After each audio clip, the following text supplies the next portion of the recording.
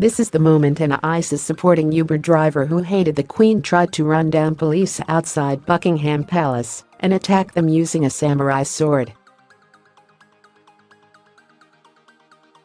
Dramatic footage shows Mahiyasanath Chaudhary driving his Toyota Prius through a coned-off area outside the London landmark before attacking officers.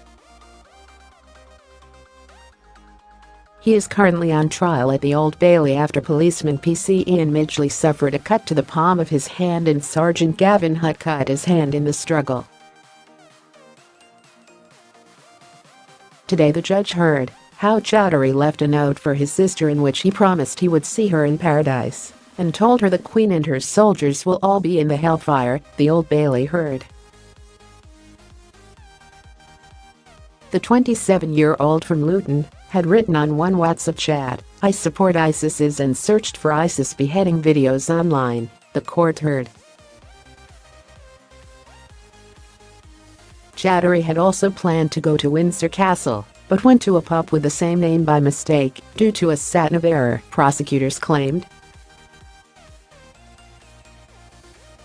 Timothy Cray prosecuting said, the day of the events in London, the defendant went to somewhere else connected to the royal family. It may have been through some sat-nav error. He drove past Windsor Castle, but stopped for some time at a pub called the Windsor Castle. He also drove past the barracks, where the Coldstream Guards are based. He didn't do anything in Windsor, he made a bit of a tour, and in the end, went back up the M4 to central London. Shortly before 8:30 p.m. on August 25 last year, Chaudhary was driving towards the Victoria Monument at the bottom of the mall when he swerved his car through the traffic cones in front of a police van on its way to Belgravia from Charing Cross Police Station.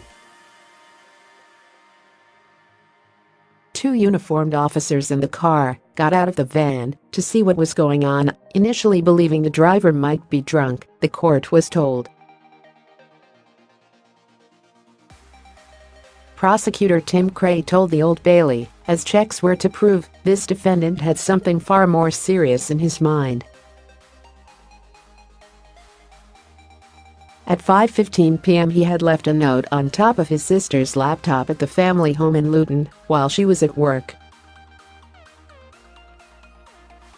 Marked, read this as it said, "By the time you read this note I will be in paradise with Allah.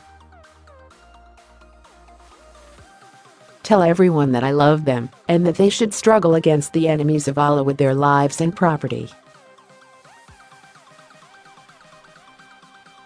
The Queen and her soldiers will all be in the hellfire. They go to war with Muslims around the world and kill them without mercy.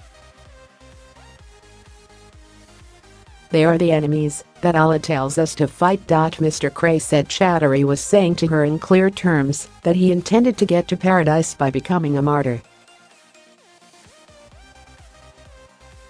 Half an hour earlier, Chaudhary had driven to his local Sainsbury's and bought a sharpening tool which he used to sharpen the edge of a sword that he owned. Although the police officers did not know it, they were approaching a man armed with a sword who had told his family he was going to be a martyr and had expressed hatred to the Queen and her soldier, and in his mind those soldiers included the police, Mr. Cray said. It was due to the bravery and quick reactions of the police that this defendant was stopped from doing an act with even more serious consequences. One officer went to the driver's side and one to the passenger's side, and they allegedly heard Chaudhary say, "It's all a bit effed up," before reaching for the sword. There was a short desperate struggle in the car as one officer climbed in the passenger's side and Chaudhary was punching at them, and they were punching at him, the court heard.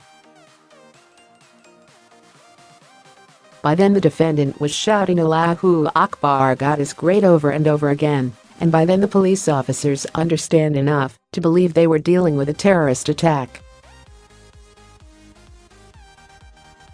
The attack came just 6 months after a murder at Westminster, and just 3 months after the attacks at London Bridge, Mr. Cray added. Here again we had the centre of London prominent location, possibly the most prominent, driving erratically and attacking officers. Using CS gas, the officers managed to get the weapon from Chattery, and one suffered a cut across his hand and the other a cut on his finger.